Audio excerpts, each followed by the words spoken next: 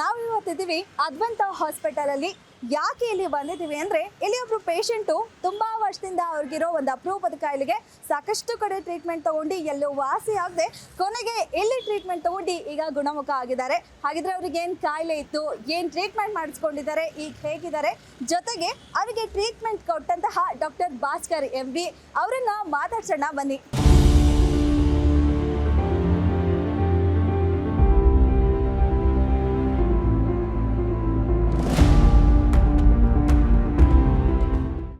ನಮಸ್ಕಾರ.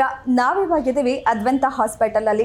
ಇಲ್ಲಿ ಒಬ್ಬರು ಪೇಷಂಟು ತುಂಬ ವರ್ಷದಿಂದ ಒಂದು ಅಪರೂಪದ ಕಾಯಿಲೆಯಿಂದ ಸಫರ್ ಆಗ್ತಾ ಇದ್ರು. ಎಷ್ಟು ಕಡೆ ತೋರಿಸಿದ್ರು, ಏನೆಲ್ಲ ಟ್ರೀಟ್ಮೆಂಟ್ ಮಾಡಿಸಿದ್ರು, ಅವ್ರ ಕಾಯಿಲೆ ವಾಸಿ ಆಗಿರಲಿಲ್ಲ. ಆದರೆ ಈಗ ಇಲ್ಲಿ ಅದ್ವಂತ ಹಾಸ್ಪಿಟಲಲ್ಲಿ ಅವ್ರು ಟ್ರೀಟ್ಮೆಂಟ್ ತಗೊಂಡ್ಮೇಲೆ ಸಂಪೂರ್ಣ ಗುಣಮುಖ ಆಗಿದ್ದಾರೆ. ಅವ್ರಿಗೆ ಏನು ಕಾಯಿಲೆ ಇತ್ತು, ಏನು ಟ್ರೀಟ್ಮೆಂಟ್ ಮಾಡಿಸಿದ್ರು, ಈಗ ಹೇಗಿದ್ದಾರೆ ಅನ್ನೋದನ್ನು ಅವ್ರ ಹತ್ರ ಮಾತಾಡೋಣ.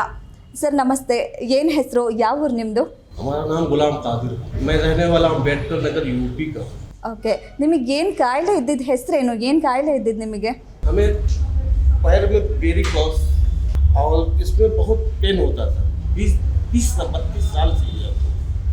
और बड़ी बड़ी जगहों पे हमने इसका इलाज कराया, अपने यूपी में, बिहार में, बंगाल में, मगर इसका इलाज कहीं नहीं मिला।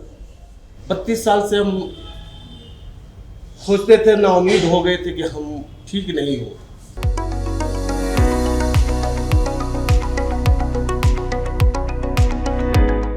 ಏನೆಲ್ಲ ಟ್ರೀಟ್ಮೆಂಟ್ ಮಾಡಿಸ್ಕೊಂಡಿದ್ದೀರಾ, ಸರ್ಜರಿ ಎಲ್ಲ ಮಾಡಿಸಿದ್ದೀರಾ, ಎಷ್ಟು ಟೈಮ್ ಸರ್ಜರಿ ಎಲ್ಲ ಮಾಡಿಸಿದ್ದೀರಾ? ये सर्जरी हमारी 3 से 4 मरतबा वहाँ हमने करवाया। ओके, 4 मरतबा, मगर उन्होंने नस को हमारे काटा, ये काटा, यहाँ काटा, मगर ब्लड हमारा बहुत ज़्यादा बहता था।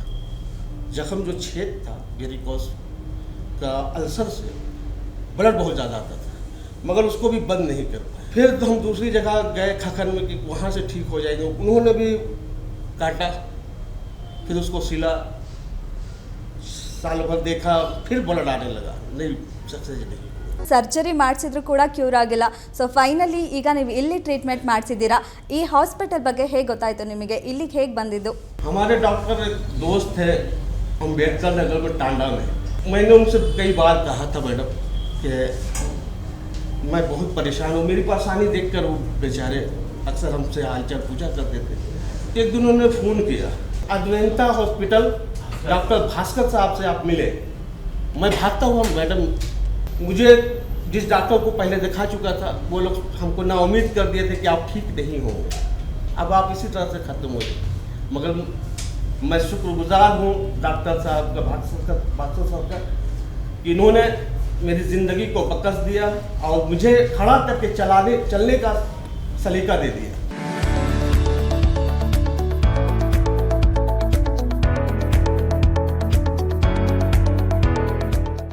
ನಾವು ಈಗಾಗಲೇ ಪೇಷಂಟ್ನ ಮಾತಾಡ್ಸಿದ್ವಿ. ಈಗ ಅವರಿಗೆ ಟ್ರೀಟ್ಮೆಂಟ್ ಕೊಟ್ಟಂತಹ ಡಾಕ್ಟರ್ ನಮ್ಮ ಜೊತೆ ಇದ್ದಾರೆ, ಅವ್ರನ್ನ ಮಾತಾಡ್ಸೋಣ. ಡಾಕ್ಟರ್ ಭಾಸ್ಕರ್ MB ಅವರು. ಸರ್ ನಮಸ್ತೆ. ಸರ್ ನಮಸ್ಕಾರ. ಈಗಾಗಲೇ ನಾವು ಪೇಷಂಟಿಗೆ ಮಾತಾಡ್ಸಿದ್ವಿ ಏನು ಕಾಯಿಲೆ ಇದು, ಎಷ್ಟು ವರ್ಷದಿಂದ ಅಂತ. ಸೊ ನೀವು ಅದ್ರ ಬಗ್ಗೆ ಹೇಳೋದಾದ್ರೆ ಮೆಡಿಕಲ್ ಟರ್ಮಲ್ಲಿ ಜನರಿಗೆ ಅರ್ಥ ಆಗೋ ರೀತಿ ಆ್ಯಕ್ಚುಲಿ ಅವ್ರಿಗೆ ಕಾಯಿಲೆ ಇದ್ದಿದ್ದು ಏನು ಕಾಯಿಲೆ ಸರ್ ಅದು? ಇದು ಒಂದು ಕಂಜೆನೈಟಲ್ ವ್ಯಾಸ್ಕ್ಯುಲರ್ ಮಾಲ್ಫಾರ್ಮೇಷನ್ ಅಂತ. ಕಂಜೆನೈಟಲ್ ಅಂತಂದರೆ ಹುಟ್ಟಿತ್ತಾನೆ ಬಂದಿರೋವಂಥದ್ದು ರಕ್ತನಾಳದ ಅಬ್ನಾರ್ಮಲಿಟಿ ಅಂತಂದರೆ, ನಮ್ಗೆ ನಾರ್ಮಲ್ಲಾಗಿ ಆರ್ಟ್ರಿ ಆ್ಯಂಡ್ ವೆಯ್ನ್ ಅಂತ ಇರುತ್ತೆ. ಈ ಆರ್ಟ್ರಿಯಲ್ಲಿ ಕೆಲವೊಂದು ಫ್ಲೋ ಹೋಗುತ್ತೆ, ಎಷ್ಟು ಹೋಗಬೇಕು ಅಂದರೆ ಅಷ್ಟೇ ಫ್ಲೋ ಹೋಗಬೇಕು. ಹೆಚ್ಚಿಗೆ ಫ್ಲೋ ಆಯಿತು ಅಂತಂದರೆ ಆವಾಗ ತೊಂದರೆ ಆಗುತ್ತೆ.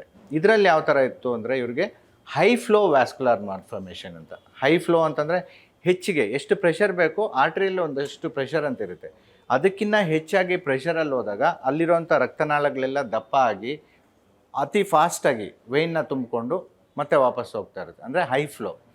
ಈ ರೀತಿ ಇದು ತುಂಬ ರೇರ್ ಆಗಿರೋವಂಥದ್ದು. ಅಂದರೆ ಅದು ಡಿಫ್ಯೂಸ್, ಅಂದರೆ ಅವ್ರದ್ದು ಆ್ಯಂಕಲ್ ಅಂತ ಏನಿತ್ತಲ್ಲ, ಎಂಟೈರ್ ಫುಟ್ನ ಅದು ಡಿಫ್ಯೂಸ್ ವ್ಯಾಸ್ಕ್ಯುಲರ್ ಮಾಲ್ಫಾರ್ಮೇಷನ್ ಅಂತ. ಇದು ಕಾಂಪ್ಲೆಕ್ಸ್ ವ್ಯಾಸ್ಕ್ಯುಲರ್ ಮಾಲ್ಫಾರ್ಮೇಷನ್. ಅದರಿಂದಾಗಿ ಅವ್ರಿಗೆ ಅವಾಗವಾಗ ಅದು ಒಡ್ಕೊಂಡು ರಕ್ತ ಬ್ಲೀಡ್ ಆಗಿ ಅವ್ರಿಗೆ ತುಂಬ ನೋವು, ನಡೆಯೋಕ್ಕಾಗ್ದಂಗೆ 35 ವರ್ಷದಿಂದ ಬಳಲ್ತಾಯಿದ್ರು. ಈ ರೀತಿ ಅವರು ಎಷ್ಟೊಂದು ಸರ್ಜರಿಗಳು ಮಾಡಿಸಿದ್ರು. ಆ್ಯಕ್ಚುಲಿ ಓಪನ್ ಸರ್ಜರಿಯಲ್ಲಿ ಅದು ಸಕ್ಸಸ್ ಆಗಲ್ಲ. ಇದಕ್ಕೆ ಹೆಚ್ಚಿಗೆ ಅಂದರೆ ಅಡ್ವಾನ್ಸ್ ಮೆಥಡಲ್ಲಿ ನಾವು ಮಾಡ್ತೀವಿ. ಏನಂತಂದರೆ ಅದು ಎಂಡೋವ್ಯಾಸ್ಕ್ಯುಲರ್ ಮೆಥಡಲ್ಲಿ ಇಂಟ್ರಾ ಆರ್ಟಿರಿಯಲ್ ರೂಟ್ ಅಂತ ಇರುತ್ತೆ. ಅಂದರೆ ಆರ್ಟ್ರಿಯಲ್ಲಿ ಹೆಂಗೆ ಆಂಜಿಯೋಗ್ರಾಮ್ ಮಾಡ್ತೀವಿ ಹಾರ್ಟ್ಗೆ, ಅದೇ ರೀತಿ ಕಾಲಿಗೆ ಆಂಜಿಯೋಗ್ರಾಮ್ ಮಾಡಿ ಅದು ಎಲ್ಲೆಲ್ಲಿ ಅಬ್ನಾರ್ಮಾಲಿಟಿ ಇದೆಯೋ ಅಲ್ಲಿ ಅದು ನಮ್ಮ ಕ್ಯಾಲ್ಕುಲೇಟೆಡ್ ಅಮೌಂಟಲ್ಲಿ ಅದನ್ನು ಬ್ಲಾಕ್ ಮಾಡಿದಾಗ ಅದು ಹೆಚ್ಚು ಫ್ಲೋ ರೆಸ್ಟ್ರಿಕ್ಟ್ ಆಗಿ ನಾರ್ಮಲ್ಲಾಗಿ ಚಲಿಸುತ್ತೆ ರಕ್ತನಾಳ. ಅವಾಗ ಯಾವಾಗ ಸಂಚಲನ ನಾರ್ಮಲ್ ಆಗುತ್ತೆ ಆವಾಗ ಅವ್ರಿಗೆ ಬಿಸಿನೂ ಕಮ್ಮಿ ಆಗುತ್ತೆ, ಕಾಲ ಮೇಲಿರೋವಂಥ ಒತ್ತಡ ಕಮ್ಮಿ ಆಗುತ್ತೆ, ನಂತರ ಆ ನೋವು ಕಡಿಮೆ ಆಗುತ್ತೆ, ಮತ್ತು ಒಡ್ಕೊಳ್ಳೋ ಅಂಥದ್ದು ಸಂಭವ ಇರಲ್ಲ. ಈ ರೀತಿ ಅದನ್ನು ಮತ್ತೆ ಸ್ಟೇಜ್ ವೈಸ್ ಮಾಡಿದ್ವಿ. 2 ಸಿಟ್ಟಿಂಗಲ್ಲಿ ಕಂಪ್ಲೀಟ್ ಮಾಡಿದ್ವಿ. ಫಸ್ಟ್ ಸಿಟ್ಟಿಂಗಲ್ಲೇ ಅವ್ರಿಗೆ ಇನ್ ದ ಮ್ಯಾಟ್ರ್ ಆಫ್ 20 ಮಿನಿಟ್ಸಲ್ಲಿ ಪ್ರೊಸೀಜರ್ ಮುಗೀತು. 4 ಅವರ್ಸ್ ಆದಮೇಲೆ ನಡೆದ್ರು. ಆಮೇಲೆ 1 ತಿಂಗಳು ಏನಿತ್ತು ಫಸ್ಟ್ ಸಿಟ್ಟಿಂಗು ಸೆಕೆಂಡ್ ಸಿಟ್ಟಿಂಗು ಮಧ್ಯದಲ್ಲಿ ಆ ಥರ ಒಡ್ಕೊಂಡು ಪ್ರತಿ ವಾರ ಒಡ್ಕೊಂಡು ಬ್ಲೀಡ್ ಆಗ್ತಾಯಿತ್ತು. ಅದು ಒಡ್ಕೊಳ್ಳಿಕ್ಕೆ ಕಂಪ್ಲೀಟಾಗಿ ಸ್ಟಾಪ್ ಆಯಿತು. ನಂತರ ಆರಾಮಾಗಿ ನಡೆಯೋಕ್ಕೆ ಸ್ಟಾರ್ಟ್ ಆದರು. ಈಗ ಸೆಕೆಂಡ್ ಸಿಟ್ಟಿಂಗ್ ಆದಮೇಲಂತೂ ಅವ್ರಿಗೆ ತುಂಬಾ ರಿಲೀಫ್ ಇದೆ, ಆಲ್ಮೋಸ್ಟ್ ಕಂಪ್ಲೀಟ್ ಕ್ಯೂರ್ ಆಗಿದೆ. ಇನ್ನು ಮತ್ತೆ ಅದರ ತೊಂದರೆ ಬರುವಂಥ ಚಾನ್ಸು ಇಲ್ಲ. ಹಾಗಾಗಿ ಇದು ಒಂದು ಕಾಂಪ್ಲೆಕ್ಸ್ ಕಂಜೆನೈಟಲ್ ವ್ಯಾಸ್ಕ್ಯುಲರ್ ಮಾಲ್ಫಾರ್ಮೇಷನ್ ಅಂತ. ಹೈ ಫ್ಲೋನ ನಾವು ನಿಲ್ಲಿಸಿ, ಅಂದರೆ ಎಂಡೋವ್ಯಾಸ್ಕ್ಯುಲರ್ ಮೆಥಡಲ್ಲಿ ಅಡ್ವಾನ್ಸ್ ಟೆಕ್ನಿಕಲ್ಲಿ ಇದನ್ನು ಟ್ರೀಟ್ ಮಾಡಿದ್ದೀವಿ. ಅಂದರೆ ಈಗ ಮೊದಲೇನಂದರೆ ಸರ್ಜರಿ ಮಾಡಿ ಓಪನ್ ಮಾಡಿ ಕಟ್ ಮಾಡಿ ಆ ವೇನ್ಸ್ನ ಇದೆಲ್ಲ ತೆಗಿಯೋಕ್ಕೆ ಪ್ರಯತ್ನ ಪಟ್ಟಿದ್ದಾರೆ, ಆದರೆ ಅದು ವಿಫಲವಾಗಿದೆ.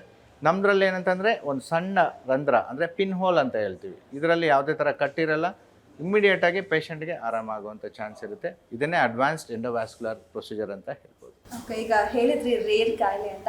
ಸೊ ರೀಸನ್ ಏನಿದೆ ಆ ಕಾಯಿಲೆ ಬರೋದಕ್ಕೆ ಅಂತ ಏನಾದರೂ? ಇದು ಹುಟ್ಟುತ್ತಾನೆ ಕಂಜೆನೈಟಲ್, ಅಂದರೆ ಜೆನೆಟಿಕಲಿ ಅದು ಫಾರ್ಮೇಷನಲ್ಲಿ ಅಬ್ನಾರ್ಮಲ್ ಆಗುವಂಥ ಕಾಯಿಲೆ. ಇದು ಕಂಜೆನೈಟಲ್ ಆ್ಯಂಡ್ ಜೆನೆಟಿಕ್ ಒರಿಜಿನ್ ಅಷ್ಟೇ.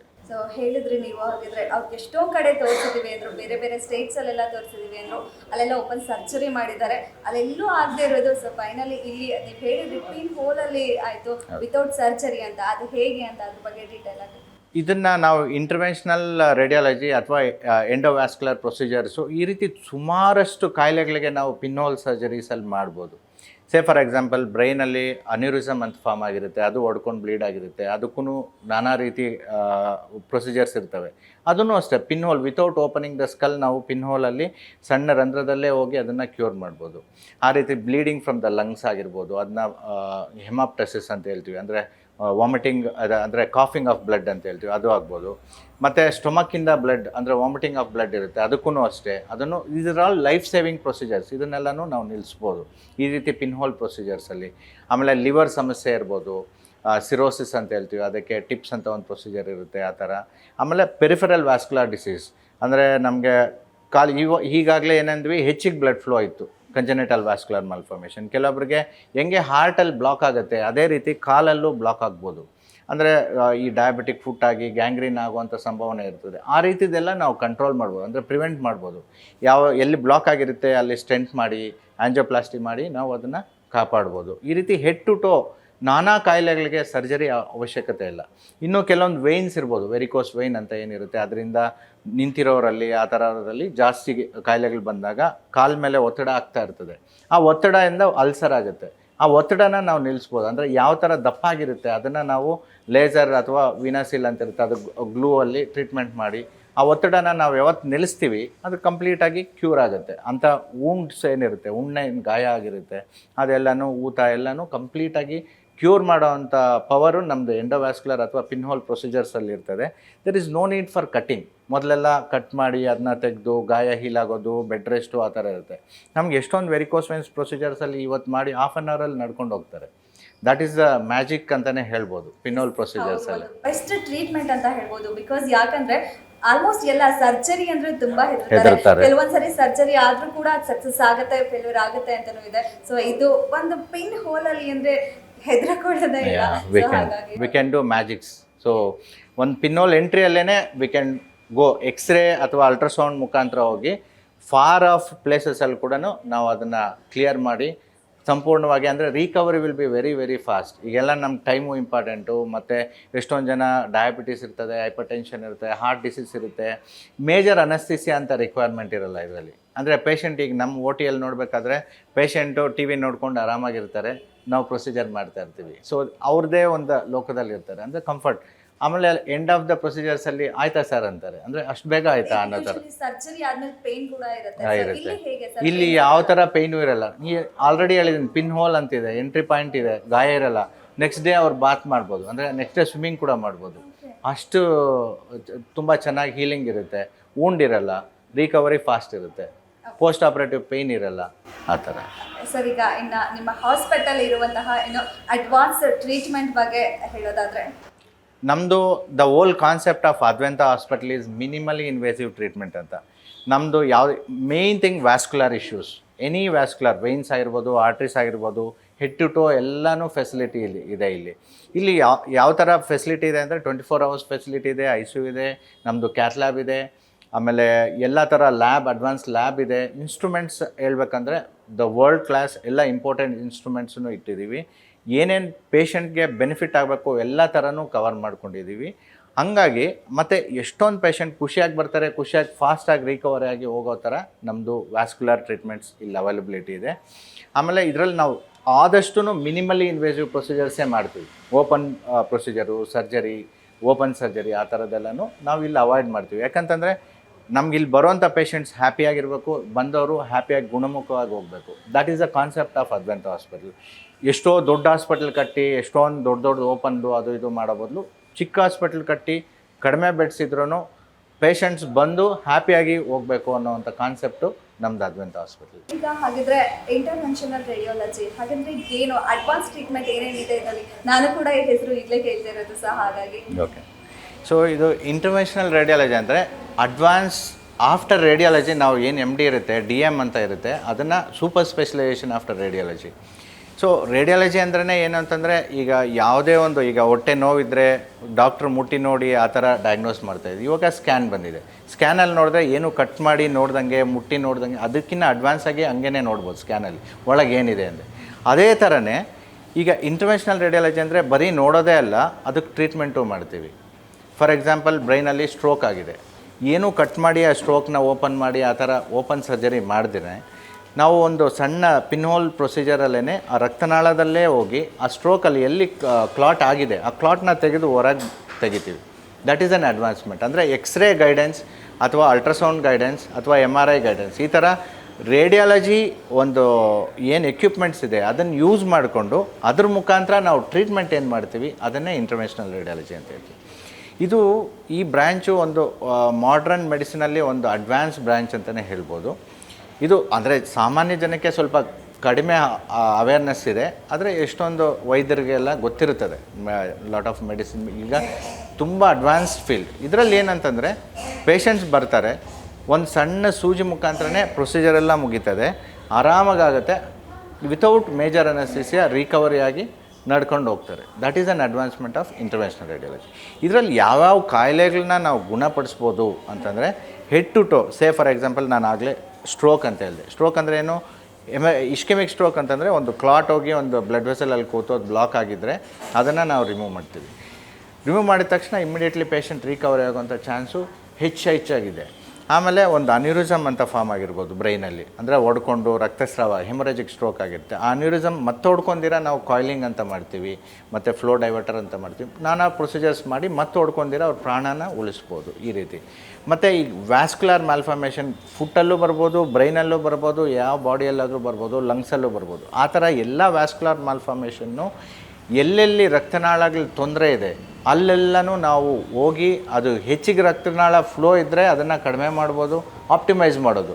ರಕ್ತ ಹೆಚ್ಚಾಗಿ ಹೋಗ್ತಾ ಇಲ್ಲ ಅಂದರೆ ಆ ರಕ್ತ ಹೆಪ್ಪುಗಟ್ಟಿದೆಯೋ ಬ್ಲಾಕ್ ಆಗಿದೆಯೋ ಅದನ್ನು ರೆಡಿ ಮಾಡೋದು. ಈಗ ಹೆಂಗೆ ಕಾರ್ಡಿಯಾಲಜಿಸ್ಟ್ ಹಾರ್ಟ್ಗೆ ಎಲ್ಲಿ ಬ್ಲಾಕ್ ಆಗಿರುತ್ತೆ ಅಲ್ಲಿ ಸ್ಟೆಂಟ್ ಹಾಕ್ತಾರೆ, ಅದೇ ಥರ ನಾವು ಇಂಟರ್ವೆನ್ಷನಲ್ ರೇಡಿಯಾಲಜಿಸ್ಟ್ ಹಾರ್ಟ್ ಬಿಟ್ಟರೆ ಬ್ರೈನಿಂದ ಹಿಡಿದು ಕಾಲವರೆಗೂ ಎಲ್ಲ ಕಡೆಯೂ ಈ ರೀತಿ ಕೆಲಸ ಮಾಡ್ಬೋದು. ಆಮೇಲೆ ರಕ್ತ ಬ್ಲಾಕ್ ಆಗಿರೋದನ್ನು ಹೆಚ್ಚಿಸಿ ನಾರ್ಮಲ್ ಫ್ಲೋ ಮಾಡಿಸೋದು, ಹೆಚ್ಚಿಗಿರೋಂಥ ರಕ್ತನ ಕಡಿಮೆ ಮಾಡಿ ಆಪ್ಟಿಮೈಸ್ ಮಾಡೋವಂಥದ್ದು. ಈ ರೀತಿ ಮಾಡೋದ್ರಿಂದ ಪ್ರತಿಯೊಂದು ಅಂಗಾಂಗಗಳಿಗೂ ನಾವು ಹೋಗಿ ಮಾಡಿ ನಾರ್ಮಲ್ ಮಾಡೋವಂಥದ್ದು ಇಂಟರ್ವೆನ್ಷನಲ್ ರೇಡಿಯಾಲಜಿ ಮಾಡ್ತೀವಿ. ಆಕ್ಚುಲಿ ಇದನ್ನು ಸೀರಿಯಸ್ಲಿ ನಾರ್ಮಲ್ ಕಾಮನ್ ಪೀಪಲ್ ತಿಳ್ಕೊಳ್ಳೇಬೇಕಾಗಿದೆ. ಬಿಕಾಸ್ ಯಾಕೆಂದ್ರೆ ನೀವು ಹೇಳಿದ ಎಲ್ಲ ಪ್ರಾಬ್ಲಮ್ ಕೂಡ ಒಂದು ಸೊಲ್ಯೂಷನ್ ಸರ್ಜರಿ ಅಂತ ಅಷ್ಟೇ ಅನ್ಕೊಂಡಿದ್ದಾರೆ. ವಿತೌಟ್ ಸರ್ಜರಿ ಕೂಡ ಈ ರೀತಿ ಟ್ರೀಟ್ಮೆಂಟ್ ಇದೆ ಅಂತ ತಗೊಳ್ಬೋದು. ನಾನು ಇದಕ್ಕೇನಂತೀನಿ ಅಂದರೆ ಸರ್ಜರಿ ಇಲ್ಲದೇ ಸರ್ಜರಿ ಅಂತಲೇ ಹೇಳ್ಬೋದು. ಅಂದರೆ ಏನು ಓಪನ್ ಮಾಡಿ ಪ್ರೊಸೀಜರ್ ಮಾಡ್ತಾರೆ ಅದಕ್ಕಿಂತ ಹೆಚ್ಚು ಅಕ್ಯುರೇಸಿಯಲ್ಲಿ ವಿತೌಟ್ ಓಪನಿಂಗ್, ಅಂದರೆ ಅದನ್ನು ಸರ್ಜರಿ ಇಲ್ದಂಗೆ ಸರ್ಜರಿ ಮಾಡುವಂಥದ್ದು. ಸೊ ಪೀಪಲ್ಸ್ಗೆ ರಿಕವರಿ ಫಾಸ್ಟ್ ಆಗ್ಬೋದು, ಭಯ ಅನ್ನೋದು ಕಡಿಮೆ ಇರುತ್ತೆ. ಆಮೇಲೆ ತುಂಬ ಖುಷಿ ಪಡ್ತಾರೆ ಇಷ್ಟು ಅಡ್ವಾನ್ಸ್ ಟ್ರೀಟ್ಮೆಂಟ್ನ ನಾನು ತಿಳ್ಕೊಂಡು ಮಾಡ್ಕೊಂಡೆಲ್ಲ ಒಳ್ಳೆಯದಾಗತ್ತೆ, ಅಕಸ್ಮಾತ್ ಮಾಡಿಸ್ಕೊಂಡಿಲ್ಲ ಅಂದರೆ ಮಿಸ್ ಆಗೋಗ್ತಾ ಇತ್ತು ಅಂತ ತುಂಬ ಜನ ವ್ಯಕ್ತಪಡಿಸ್ತಾರೆ. Okay sir, thank you sir. Thank you. ಕೇಳಿಸ್ಕೊಂಡ್ರಿ ಅಲ್ವಾ ಡಾಕ್ಟರ್ ಹಾಗೆ ಪೇಷಂಟ್ ಮಾತಾಡಿದ್ದನ್ನು. ಸೊ ನೀವು ಕೂಡ ಈ ರೀತಿಯಲ್ಲಿ ಯಾವುದೇ ಸಮಸ್ಯೆಯಿಂದ ಸಫರ್ ಆಗ್ತಾ ಇದ್ರೆ ಒಮ್ಮೆ ಅದ್ವಂತ ಹಾಸ್ಪಿಟಲ್ಗೆ ವಿಸಿಟ್ ಮಾಡಿ.